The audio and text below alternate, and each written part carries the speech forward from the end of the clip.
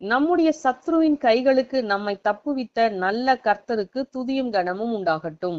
இந்த நாளுக்கான ஆதார வசனங்கள் ஜெபிக்க சங்கீதம் 31:2. உமது செவியை எனக்கு சாய்த்து சீக்கிரமாய் என்னை தப்புவியும். துதிக்க ஏசாயா 52:9.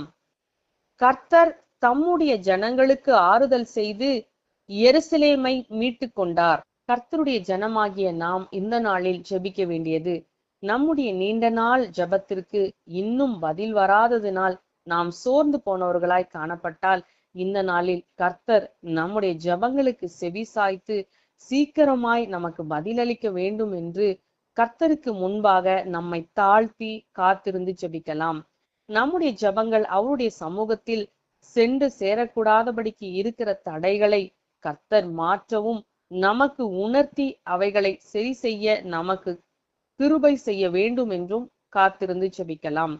சத்ருவின் கிரியைகளை நம்முடைய எல்லைகளை விட்டு அகற்ற வேண்டும் என்றும் இந்த நாளில் கர்த்தருடைய பாதத்தில் காத்திருந்து போராடி ஜெபிக்க வேண்டும்.